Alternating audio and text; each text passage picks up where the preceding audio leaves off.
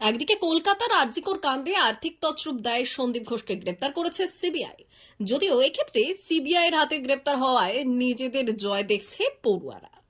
অন্যদিকে তারই শীর্ষ তৃণমূল ছাত্র পরিষদ নেতা মুস্তাফিজুর রহমানের কলেজ থেকে টার্মিনেটর নোটিশে রীতিমতো খুশির ছোঁয়া মেদিনীপুর মেডিকেল কলেজে। তবে এই শাসক দলের নেতা টার্মিনেটরের মধ্যে র্যাগিং এর ভিডিও উঠে এলো সংবাদ মাধ্যমে। এই ভিডিওয় দেখা যাচ্ছে একটি হোস্টেলের নিচে এই মেডিকেল পড়ুয়ারা একে অপরের কাঁধে হাত দিয়ে সারি সারি ভাবে গোল গোল করে ঘুরে যাচ্ছে এবং কেউ একজন নির্দেশ দিচ্ছে।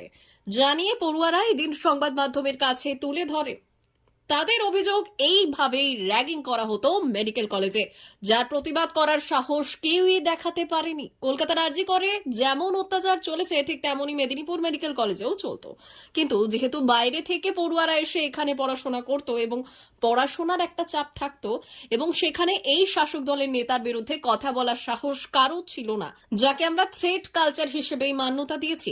তখন কলেজ কর্তৃপক্ষ তার বৈঠকের মধ্য দিয়ে ওই শাসক দলের নেতাকে টার্মিনেটর করেছে, তখন অনেকেই এগিয়ে এসেছে, বলার সাহস দেখিয়েছে এবং র্যাগিং এর ভিডিও তুলে ধরার।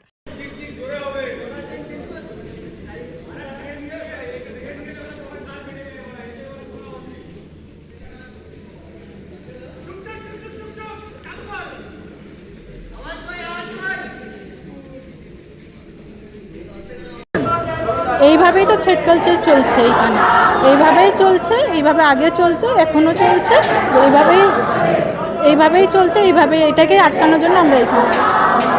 আজকে তো আবার নতুন করে আন্দোলন শুরু হয়েছে। হ্যাঁ, এখন তো এমনি হ্যাঁ ট্রেড কালচারের বিরুদ্ধে আমাদের এই আন্দোলনটা চলছে। আর এইটা আজকে যেরকম আমরা এখানে বসেছি, এমনি লেট হয়ে গেছে, আমাদের 2টোর সময় আমাদের মিটিং ডাকা হয়েছিল, এমনি 3:30 পেরিয়ে গেছে।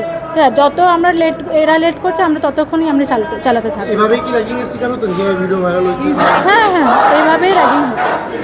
মানে সেটা দীর্ঘদিনের ট্র্যাডিশন, যা বোঝা যাচ্ছে এই র্যাগিং তো দীর্ঘদিনের ট্র্যাডিশন, এটা আটকানো যাবে কোনোভাবে? হ্যাঁ, এইরকম আমরা যদি এই থ্রেড কালচার বিরুদ্ধে যাই, যদি ওদেরকে এইভাবে এখান থেকে বের করানো যায়, এটা বের করানো হয়ে গেলে এই থ্রেড কালচারকে আমরা আটকানো পারবো, এই র্যাগিংটাকেও আটকানো।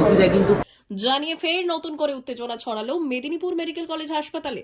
যদিও এই বিষয়ে মেদিনীপুর মেডিকেল কলেজের বক্তব্য এই ভিডিওতে দেওয়া হয়েছে ঠিকই, কিন্তু এই নিয়ে খতিয়ে দেখবে মেডিকেল কলেজে থাকা অ্যান্টি র্যাগিং কমিটি। আগের দিনই এইখানে আমাদের একজন স্টুডেন্ট সে বলেছে that is under enquiry by the anti ragging committee.